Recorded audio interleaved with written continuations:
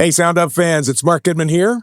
To stay connected to everything happening in the world of music, make sure to subscribe to this podcast, Sound Up with Mark Goodman and Alan Light. Join the conversations, experience live events, and be a part of the podcast. To get in on the action, check out our website at sounduppod.com. Like and follow us on social media at sounduppod and email us at connect@sounduppod.com. This is Sound Up with Mark Goodman and Alan Light, the only music podcast that matters. Hey, I'm Mark Goodman. And I'm Alan Light. This week on Sound Up, Glen, Hansard, and Marketa Irglova, the duo known as the Swell Season, join us to discuss their first album together in over 15 years. And this week we got our first look at Jeremy Allen White, the bear as the boss. And Carol Kaye says no to the Rock Hall. You need to copyright that, Alan. That's great. Can't believe nobody's done that yet. Dolly meets Motley. All kinds of stuff going on. Plus, we've got our new music picks, a Sound Up Pod Squad concert review, and so much more. Let's kick it off with our concert review. Should I start things here? A little relatively quiet week this week, but I did go to see Paul Simon for the first of 4 nights that he played at the Beacon Theater over the past week. And of course, this is all still very strange because I went to the last show that the end of touring for Paul Simon, a triumphant show in Queens in 2018, I believe, maybe 2019. But we got the news a few months back that Paul Simon was going back on tour and has been playing around our nation a series of shows. So he hit the hometown. And I guess he was the first when they reopened the Beacon Theater, he was the first artist to play that stage, somebody said, which was a nice touch for, the local kid. This show is structured in a certain way. He plays through his new album. There's 7 songs that are a suite that are his new album. And he plays that through in full without a break as sort of the first act of the show. Then there's a break. Then he comes back and plays songs from the catalog, which are definitely not all hits. There's some hits, but some that are deeper cuts within the catalog. And I think the big question all around was what was going to be the state of Paul's voice? Because we know when he stepped aside, he said he can't hear himself sing on stage. His hearing in at least one of his ears was gone. Some of the TV appearances have seemed kind of diminished, let's say, that we've seen in recent months. But I will say it was overall really a beautiful show. I mean, maybe not surprisingly, the new album, because these are songs written for this voice and sort of this version of Paul Simon.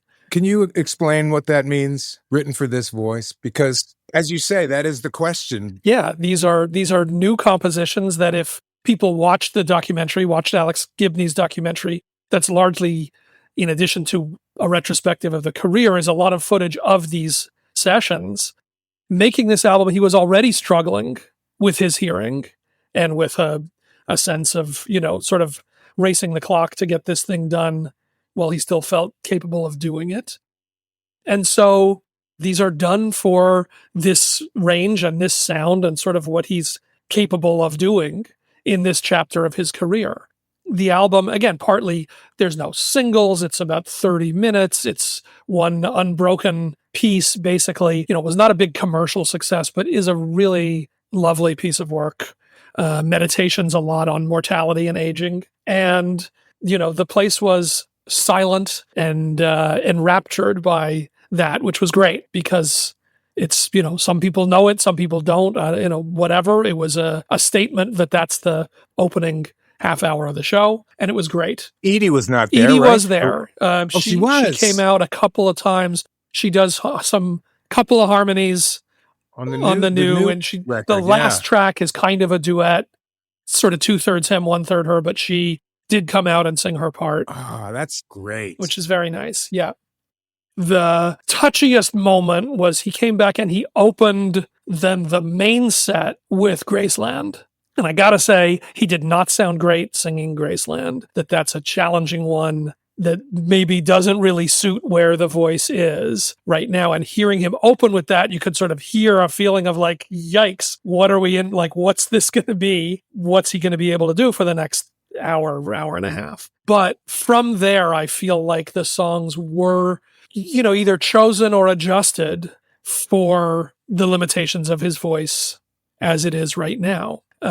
He did, I love an album that I love that a lot of people do not love is the Hearts and Bones album. Was not a hit. I think it's a great, great record. And he did 3 or 4 songs off of that album as part of this set, which were a joy for me, and definitely had the feeling of like, dude, I do not need to sing You Can Call Me Al any more times.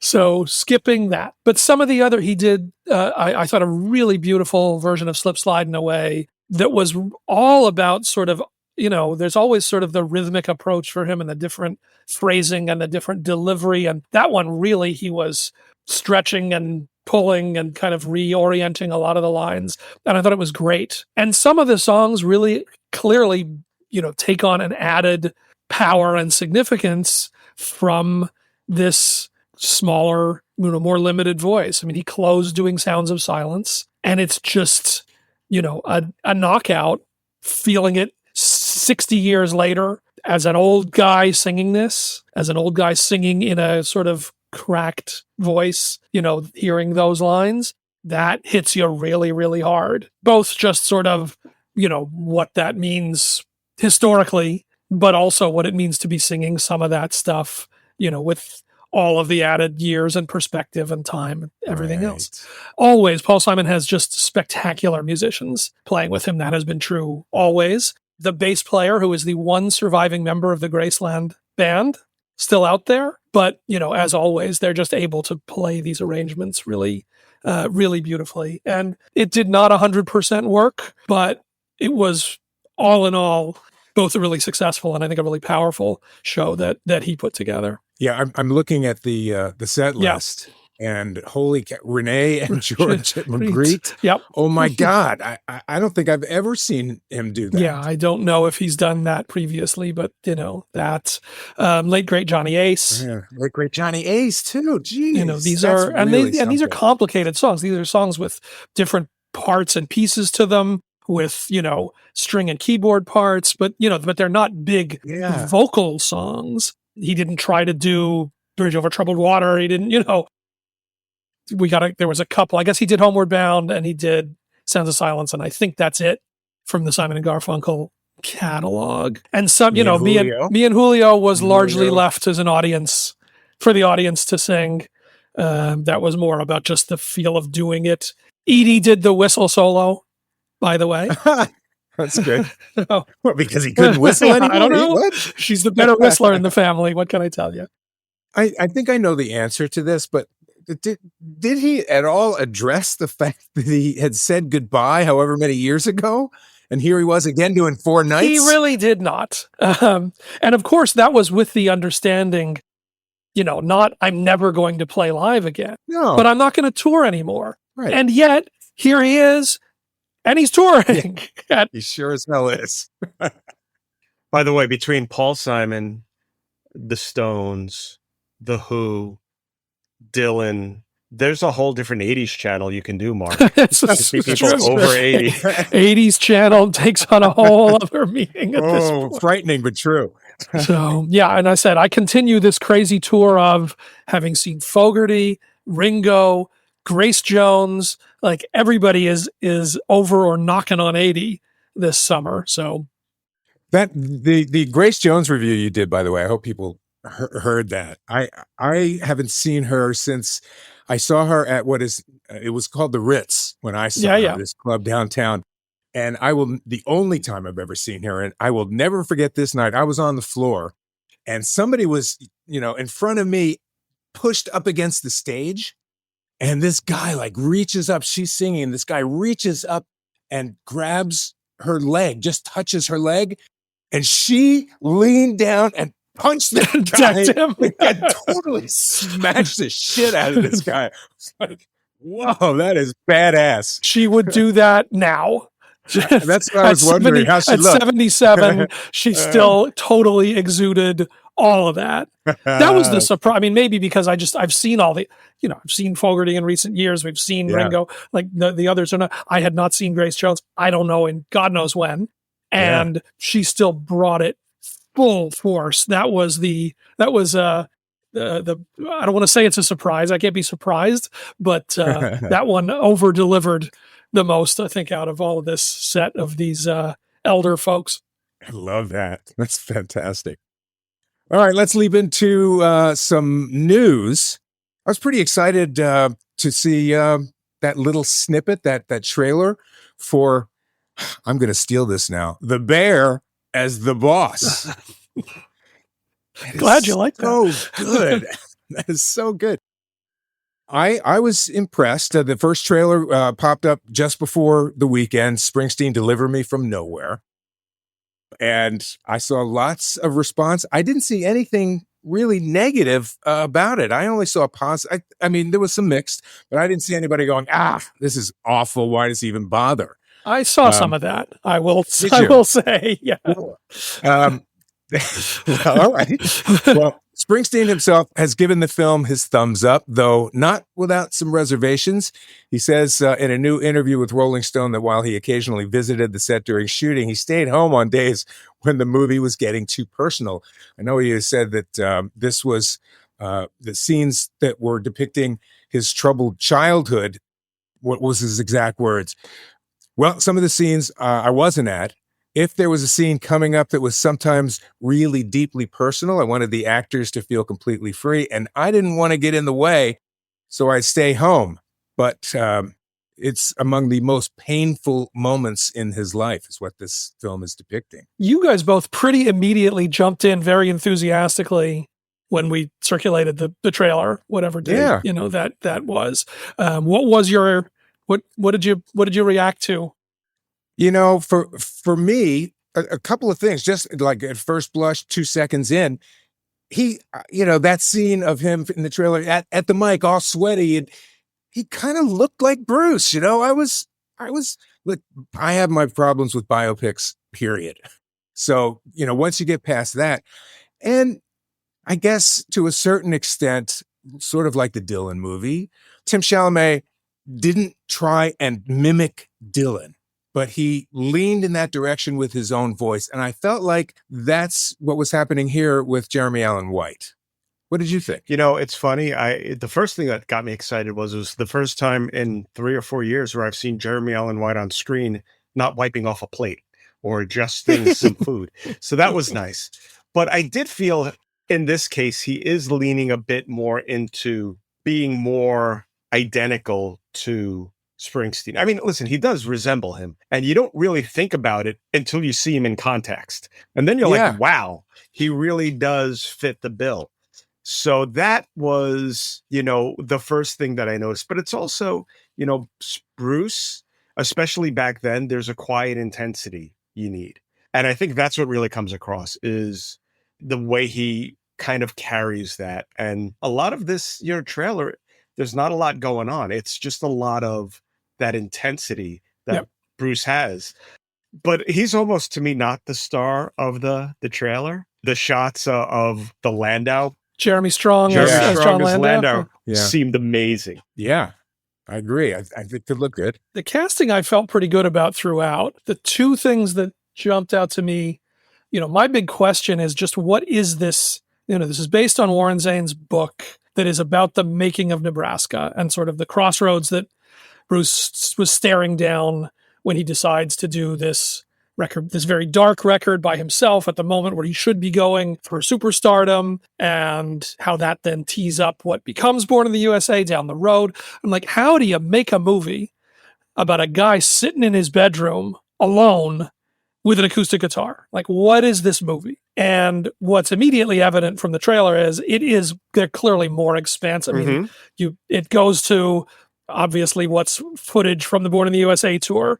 It's back, like it's covering more. They're at least presenting it as covering it more of a story than just that transitional moment for him and what that means, and that's going to be, I'm really interested to see that because there is a great story in the Nebraska story, but it's a very interior story. And can you get that across without it just kind of diluting into nothing that's just, here's stuff that happened to Bruce Springsteen and still have a sense of it. So that was interesting to me. Also, I know I wrote you guys, I'm skeptical when the featured line in the trailer was, John Landau, Jeremy Strong saying, this kid grew up in a house where his bedroom had a hole in the floor and he's going to repair that hole and then he's going to repair the hole for the whole world.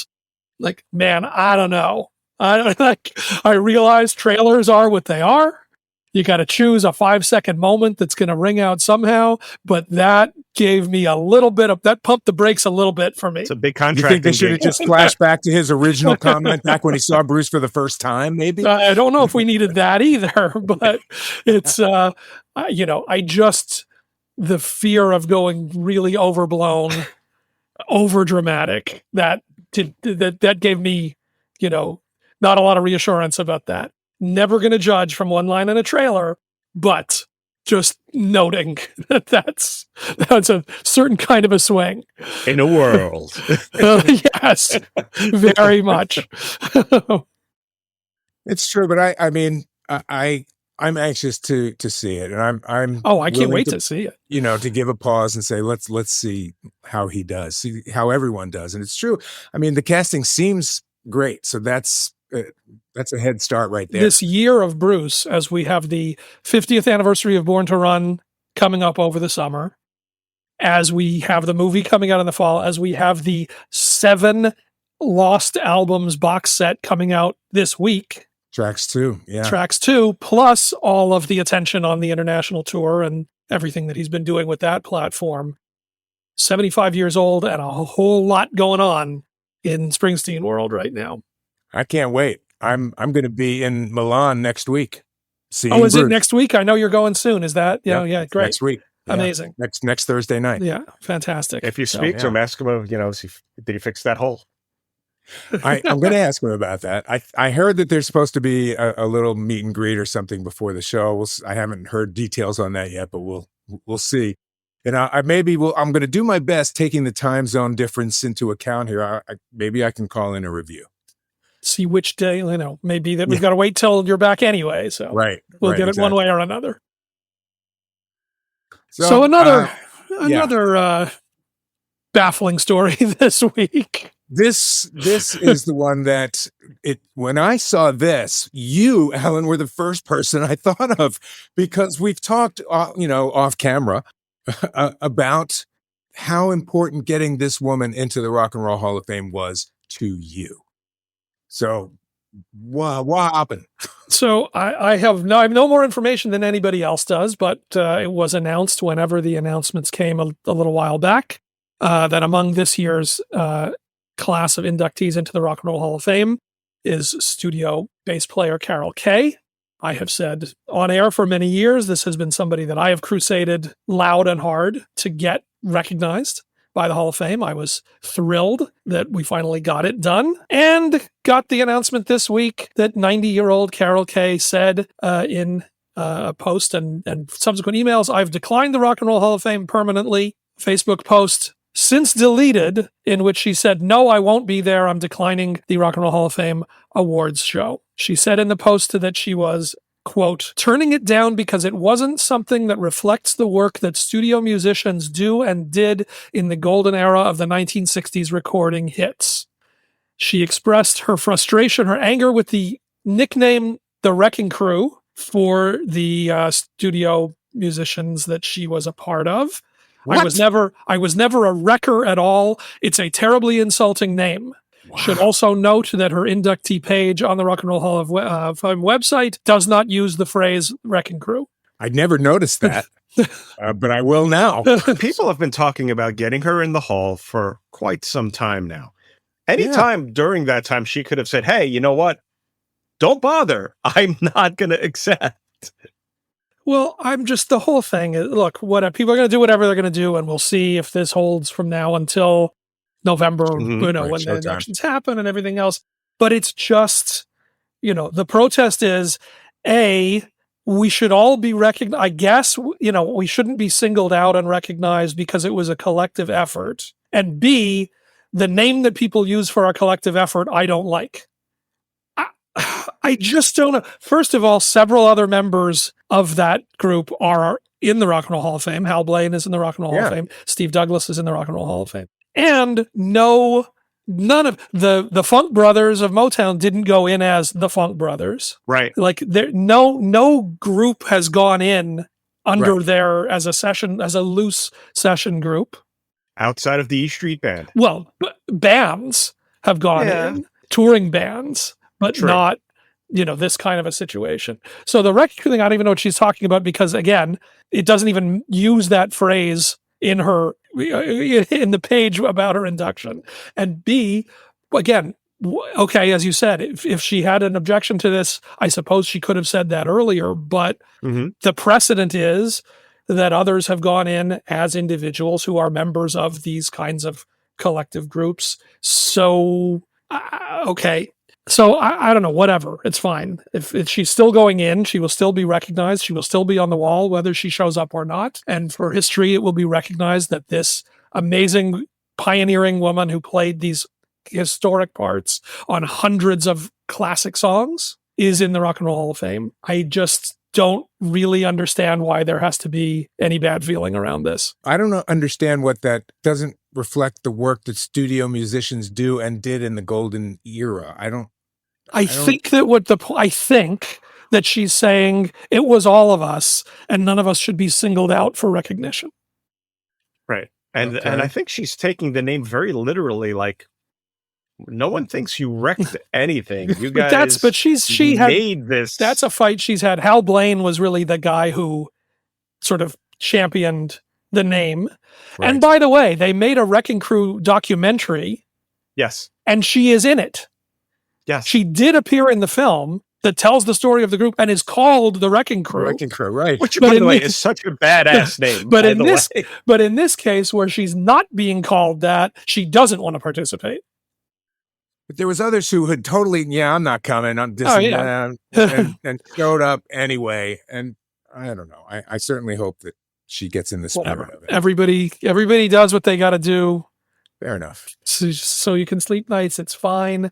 I do feel bad that there has to be any stigma attached to this, which should be purely celebratory for a really deserving, over-deserving, overdue honor that we have to deal with this. But there you go. It gets people wound up.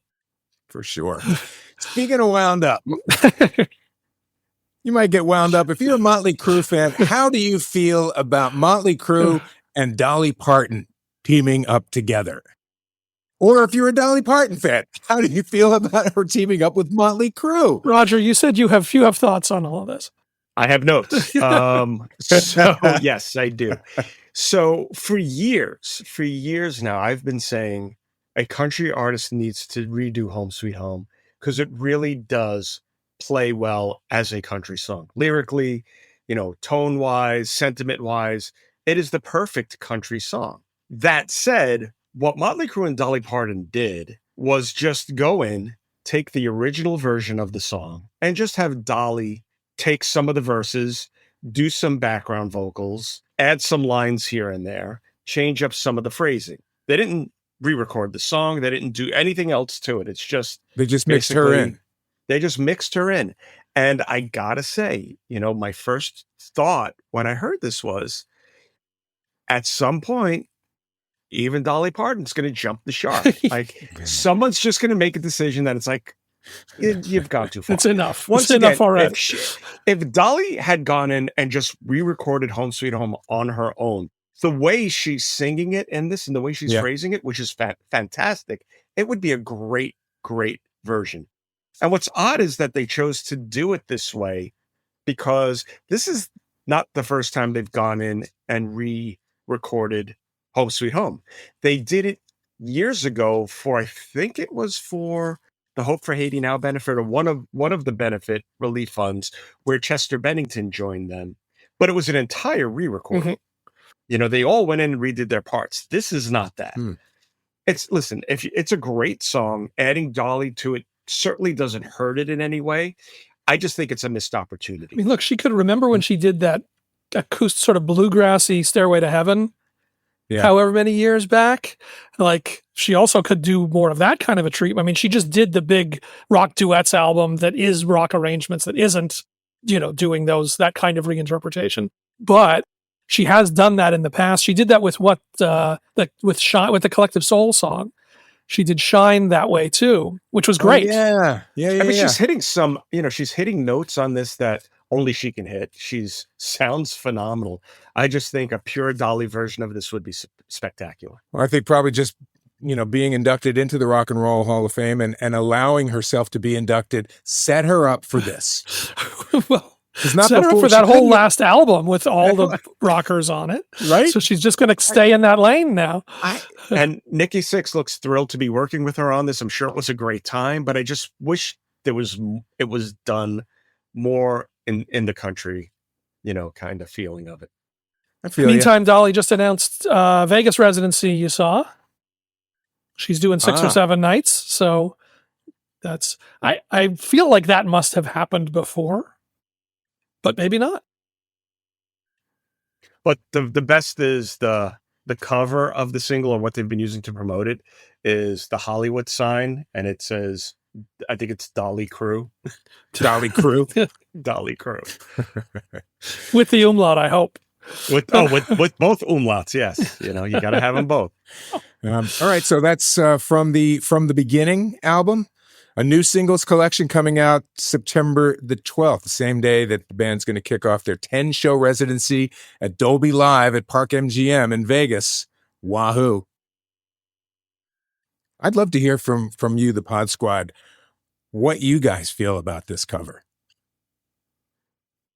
So there you go. Fast look at some music news. Quite a bit more to come before we wrap things up here, including our conversation with Swell Season. And that will be happening next. Won't it?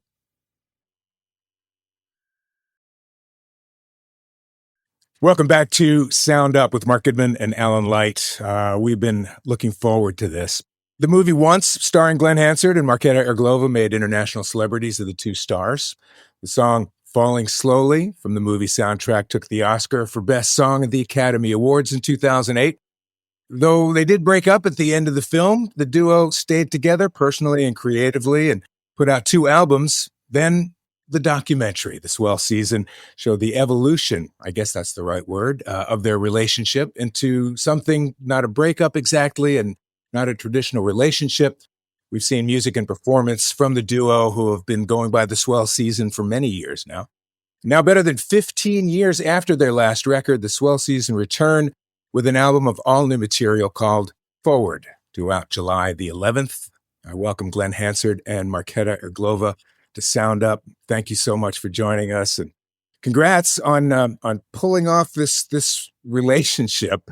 Can you talk a bit about how the songs on this gorgeous record, Forward, chronicle or explain or elucidate, shed light on what has been your life experience since this last album? Marketa, what do you think? Well, it's been quite a journey, I guess. I had to kind of, by force, was sort of emancipating myself. I don't think I would have ever chosen it because my comfort level with like playing on my own or making records on my own was 0, when we were collaborating, me and Glen. But it just that just ended up being the kind of end of that journey. And I considered, do I go to the university? Do I continue making music? And my heart told me, make music. So I kind of did that, but it was difficult sort of in the course of 3 solo records that I got to make.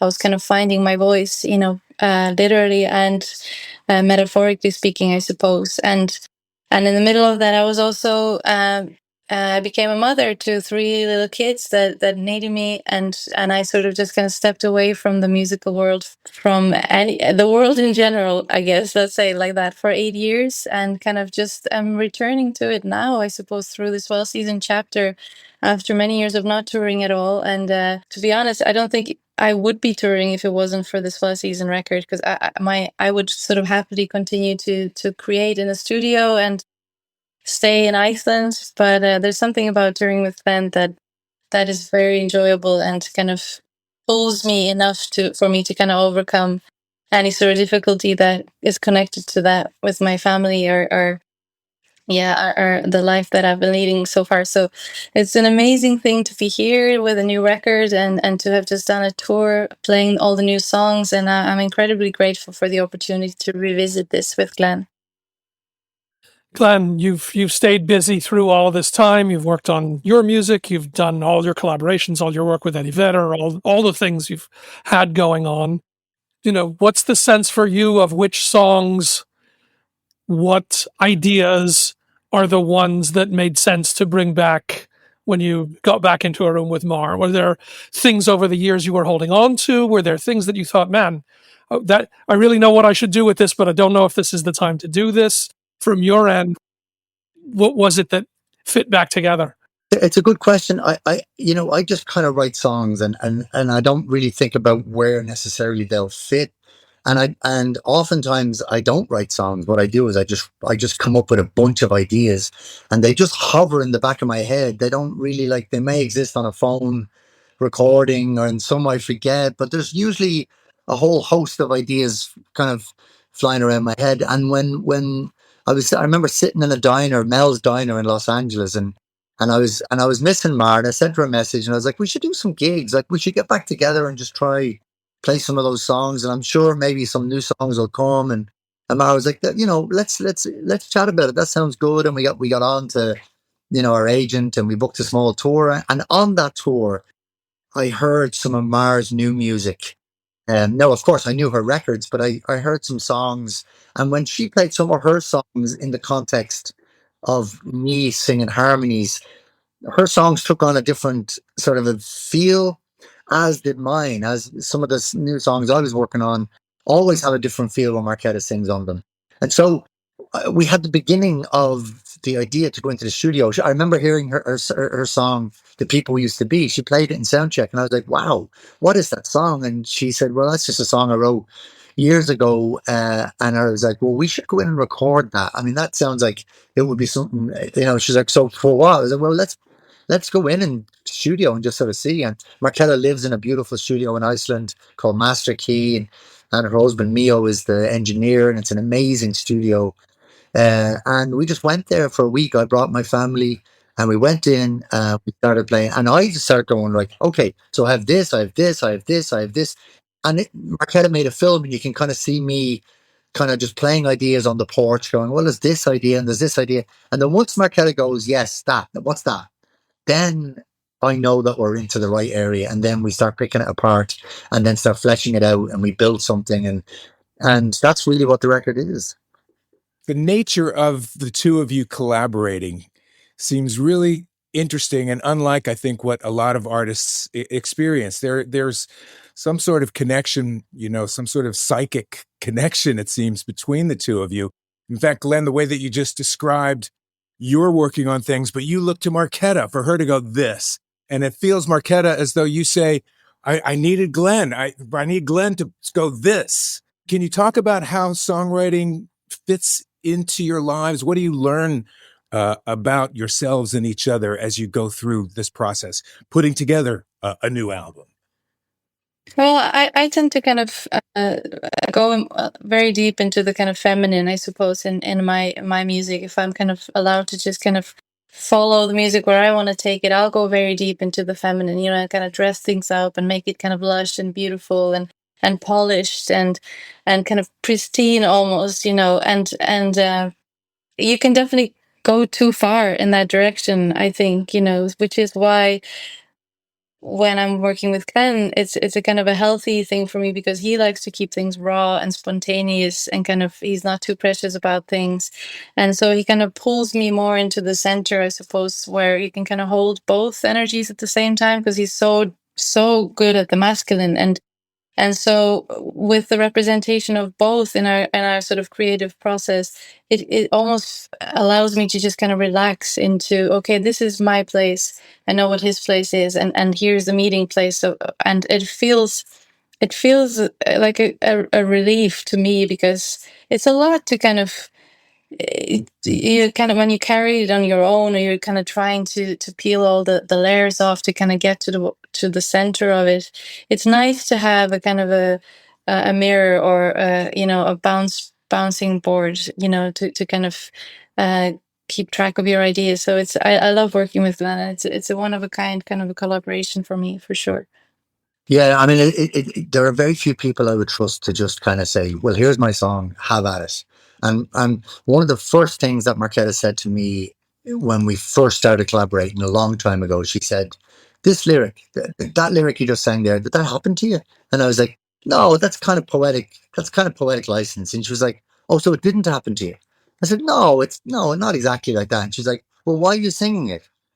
And it was such a wake up call, because I was like, wow, she's dealing in truths. It's almost like and I don't want to sort of just say that you're a straight line, Mar, but Mar's very straight, and I'm a bit kind of more, a stiff reed breaks in the wind, like a subtle reed. You need to be able to kind of be poetic, and sometimes the truth isn't necessarily always the best route in a lyric, or so I'm definitely a bit more willing to kind of float around things. And Marketa is kind of like, well, that didn't happen to you, so I was just saying it. And I love that about our collaboration, is that Marketa can be quite literal in her songwriting, and I can be as vague as it gets in my songwriting.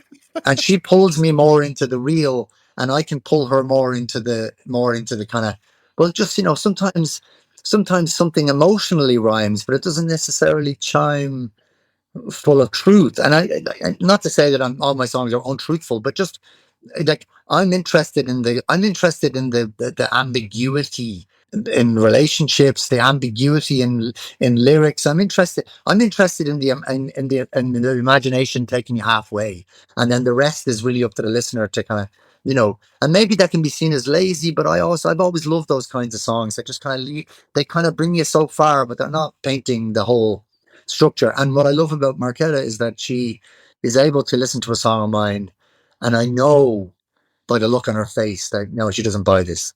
I need to work harder on that lyric. It's powerful. I'm going to ask both of you, but Glen referred to, these sessions were done. You hadn't recorded in all of these years, and then everybody went and set up camp at Marketa's house.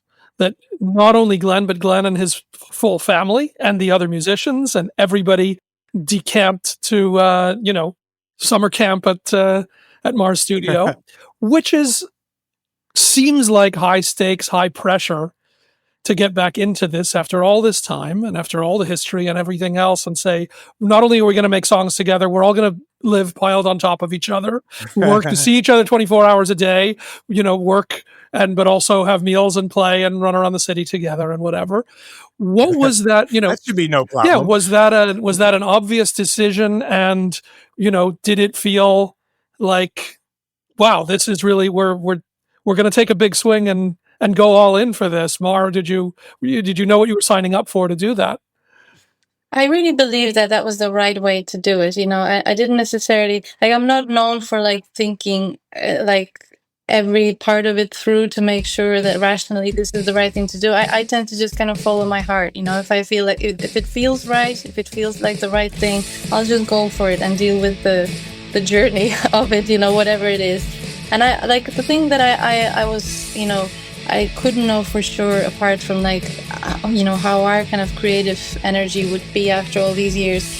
I was also really hoping that Glen would enjoy working with me or my husband the way I do, as a kind of studio engineer and producer, because I love working with him so much, and so much that I don't really want to go to another studio and work with somebody else. That's why I was kind of, in a way, I was almost being selfish about that, because I was just like, well, look, here's a great place. There's a wonderful engineer and producer. Why don't we just do it here? It's going to be comfortable. We can, it almost felt like it could be much less pressure than hiring another studio, because if the creative part wasn't fun or we weren't getting anywhere, we could just hang out and make marshmallows in the garden, and play football with our kids, or, we could just be a visit and a holiday with the bonus of songs if it works out.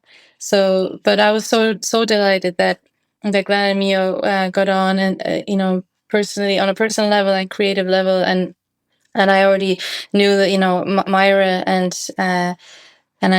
me and Glen had already done like a 9-day tour, so we kind of knew where we were, and that we were kind of enjoying being in the place in our lives that we were, and kind of meeting there. But it really went beyond my sort of hopes and expectations, how well it went and how much fun it was. Glen, was there any hesitation from you at first? Did you to go all in like that? No, absolutely not. And I also realized it was never actually a conversation Mara and I had, as far as I remember. I just knew Mara's got 3 kids and she lives in a studio and she lives in Iceland.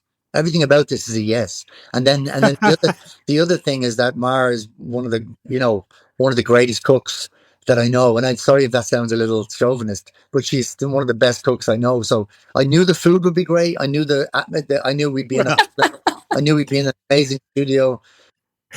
And then I knew I could bring my wife and kid over and that we'd have a great time and that we'd all hang out. And because Mara has 3 kids, it's going to be hard to get her to commit to any kind of length of time away from her family. So it just made sense. I mean, of course. Can I, Marketa, how old are your kids? What's the age range? Now they're 7, 9, and 11. Perfect to take them on the road with you. Perfect age, right? No problem.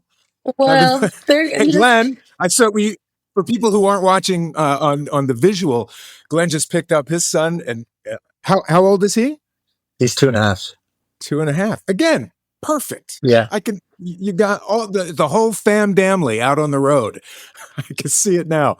I wanted to mention also, Marketa, it's to some extent a family affair, this album. Yeah. Yes, it is. A couple of other Irglovas on the record, are there not? It's true. Yes, my parents came to help us out with the children when we had like a whole band in the studio during the last session. It became too much for me to be able to cook and record. So, and take care of the kids, since my husband, their dad, was also working. So we got my parents over, and my sister came over at another point, and sometimes we would get after dinner.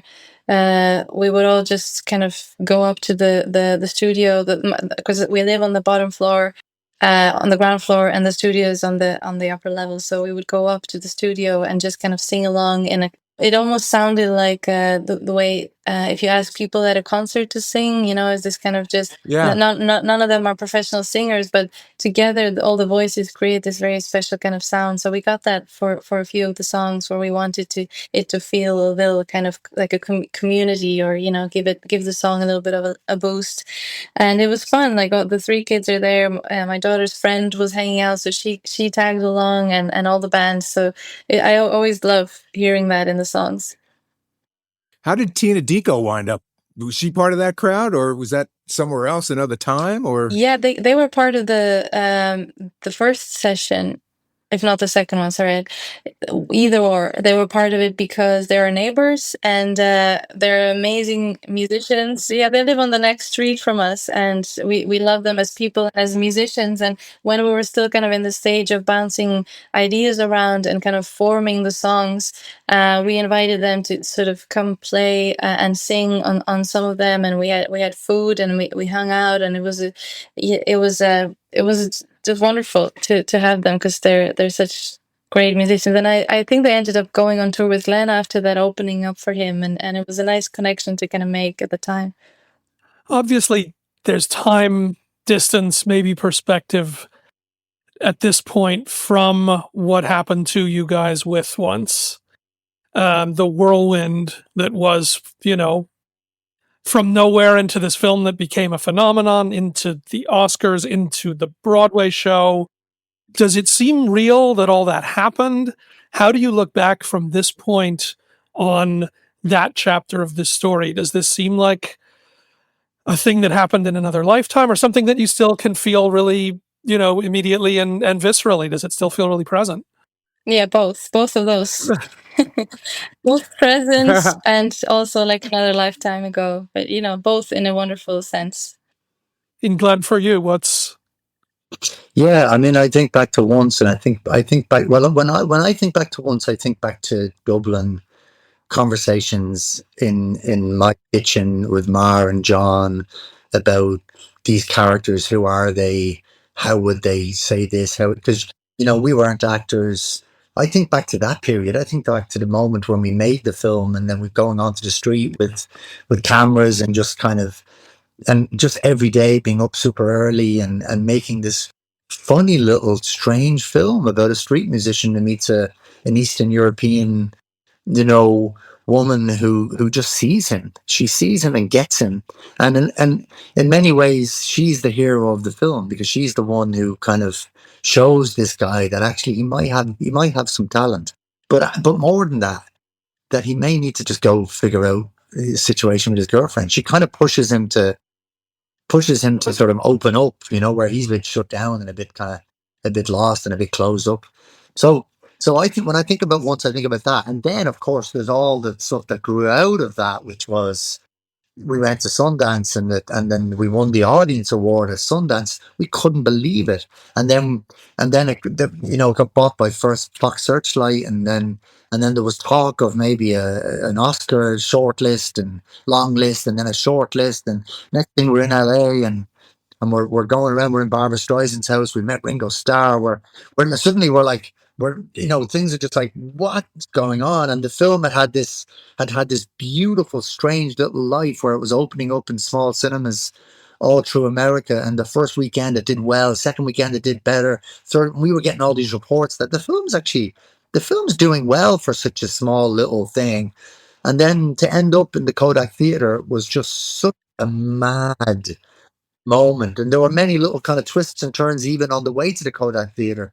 But that's kind of where it all culminated, in that moment when Jon Stewart, God bless him, brought Marketa back on stage, and Marketa got to give the speech that I'll remember for the rest of my days. And that for me, that was the kind of the great pinnacle moment of it all. And then when all of that was done, suddenly we had a bigger audience, and suddenly there was different pressures, and the word celebrity began to creep into our lives, which had never been there before.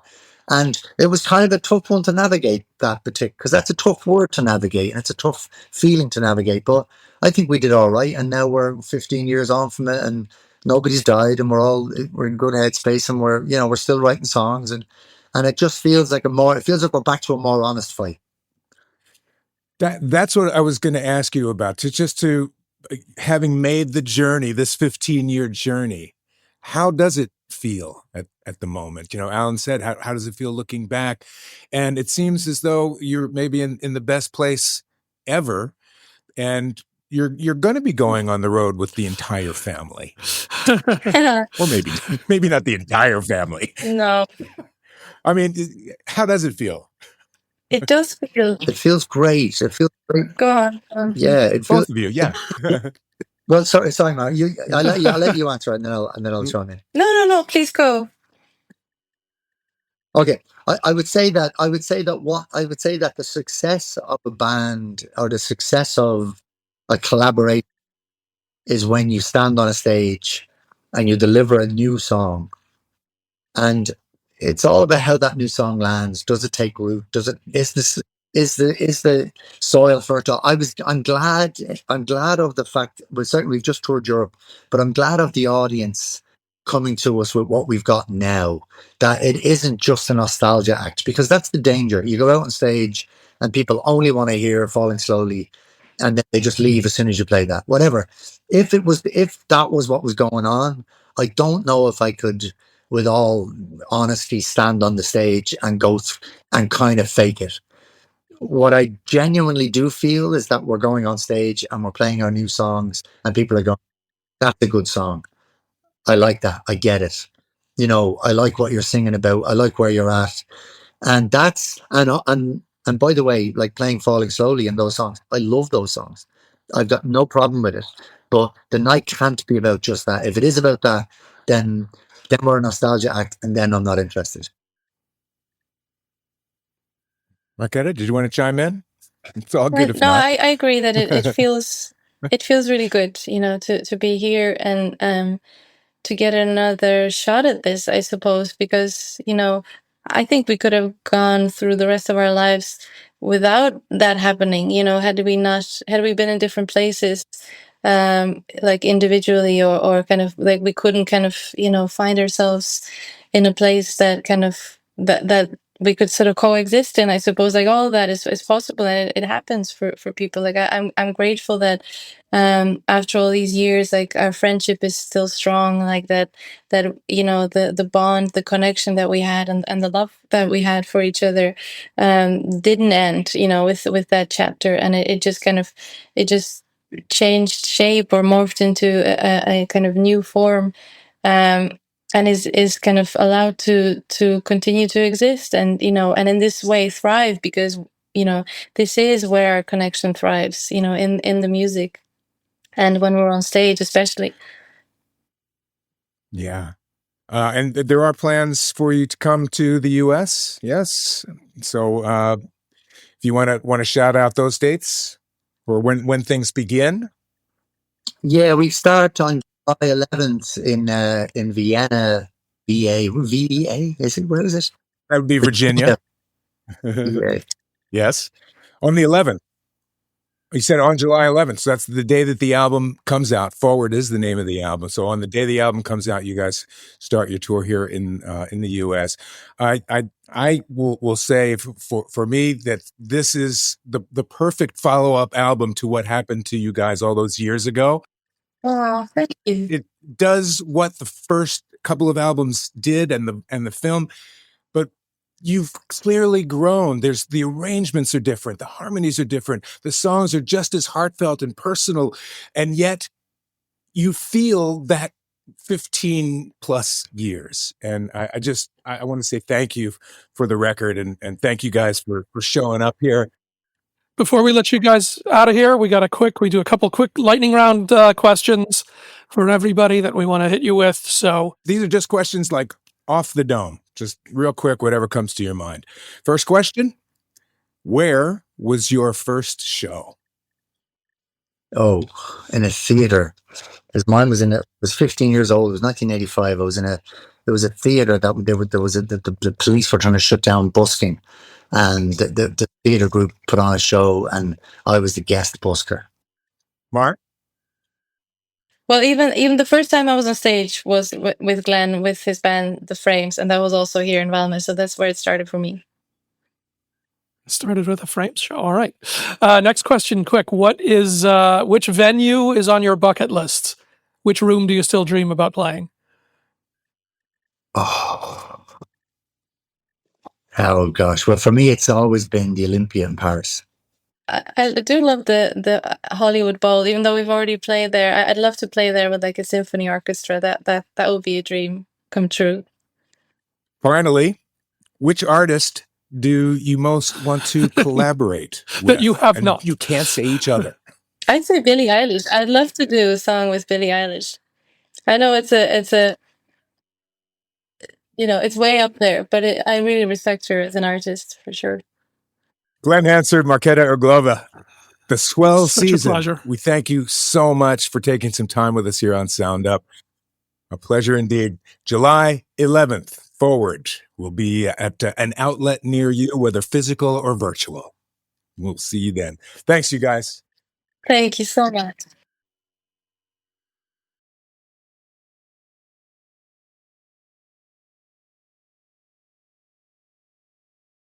We are back on Sound Up. Many thanks once again to Glen Hansard and Marketa Irglova for dropping by. Really happy about that reunion.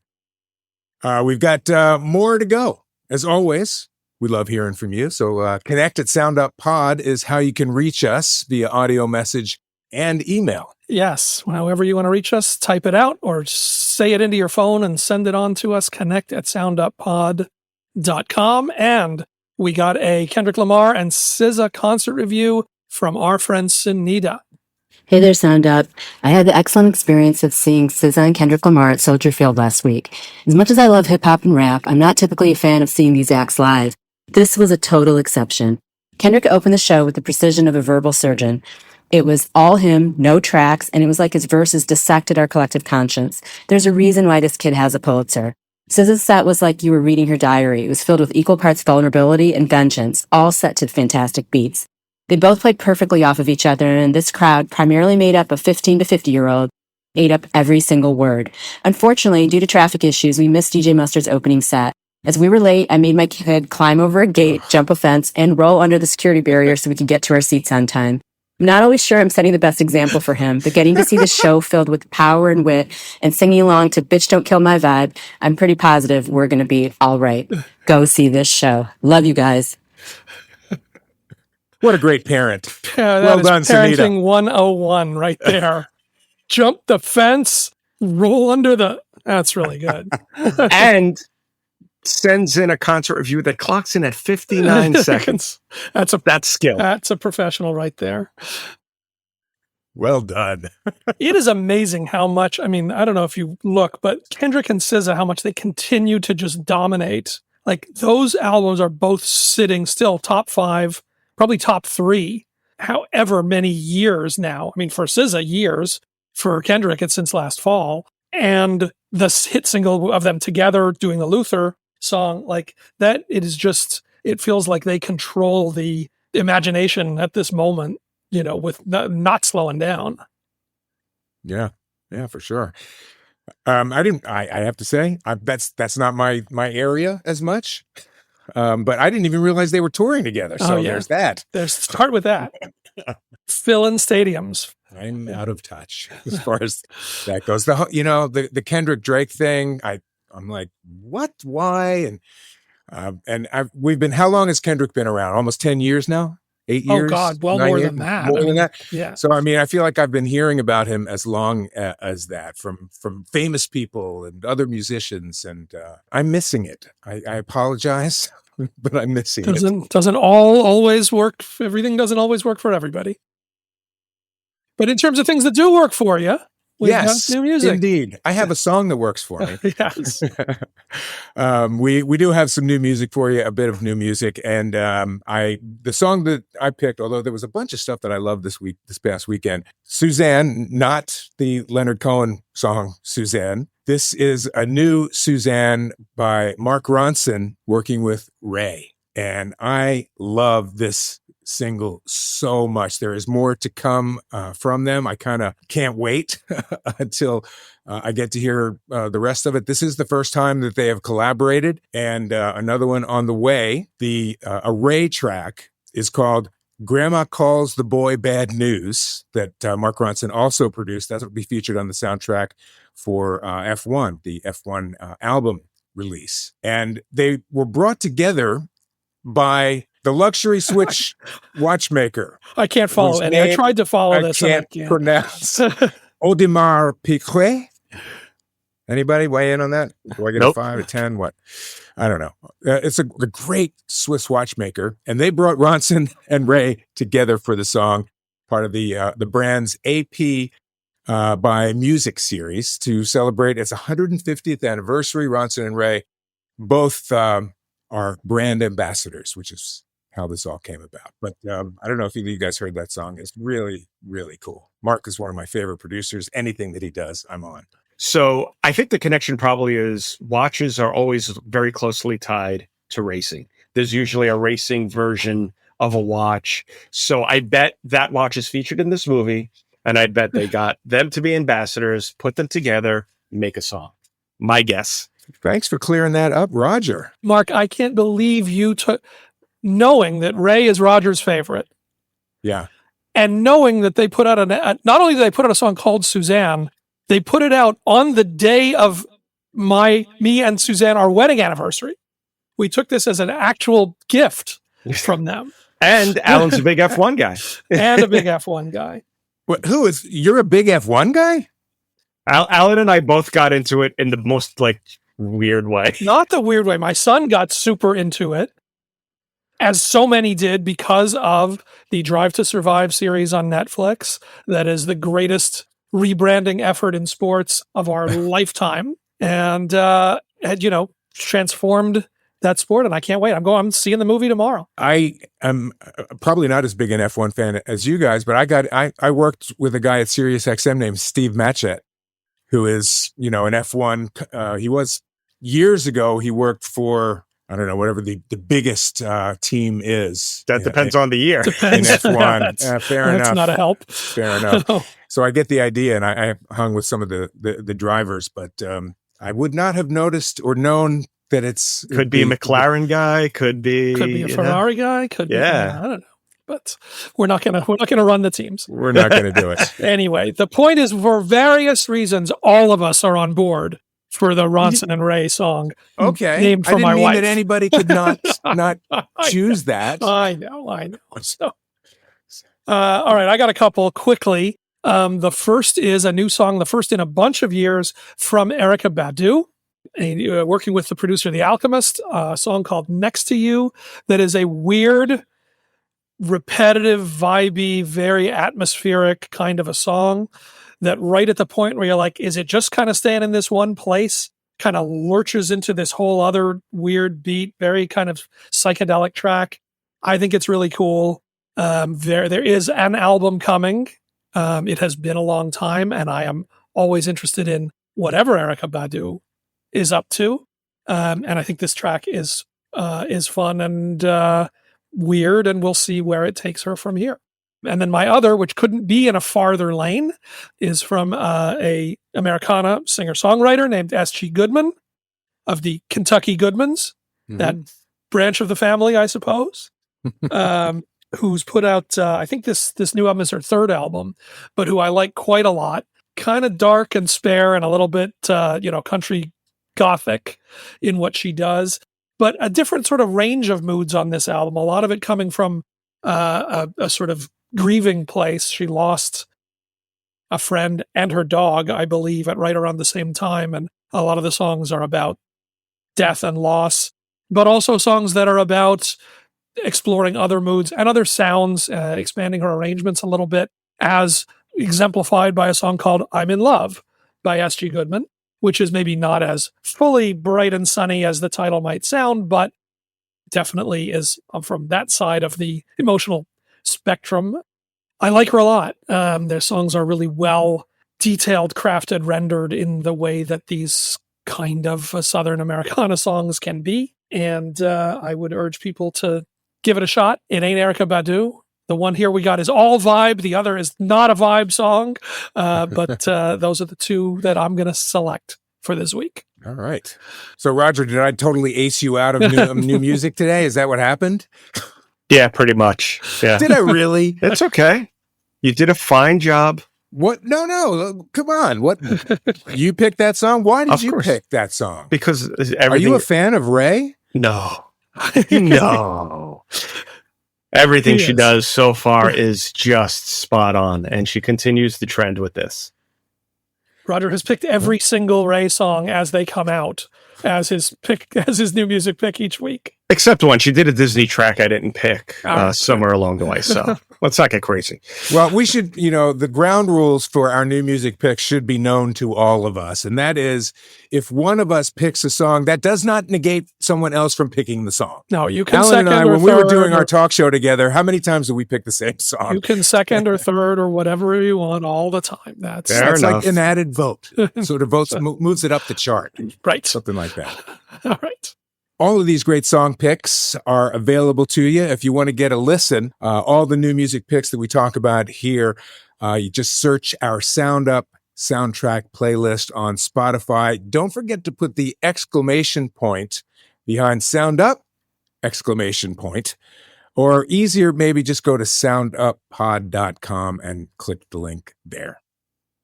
And please go give us a 5-star review, like our Facebook page. Make sure you follow us on socials. Everything is connect@sounduppod.com. If you want to email us and let us know your thoughts on the Springsteen trailer, the Dolly Parton and Motley Crue track, any concert reviews that you want to bring to us, type them out, talk them into your phone, send us connect@sounduppod.com. We'll share them with the world.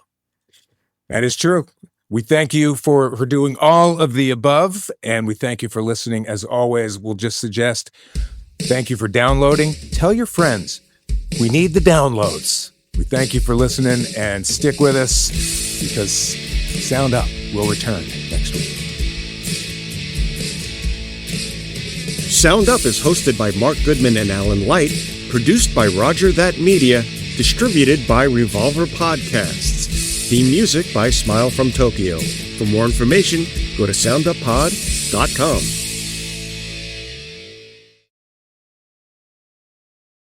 Roger that.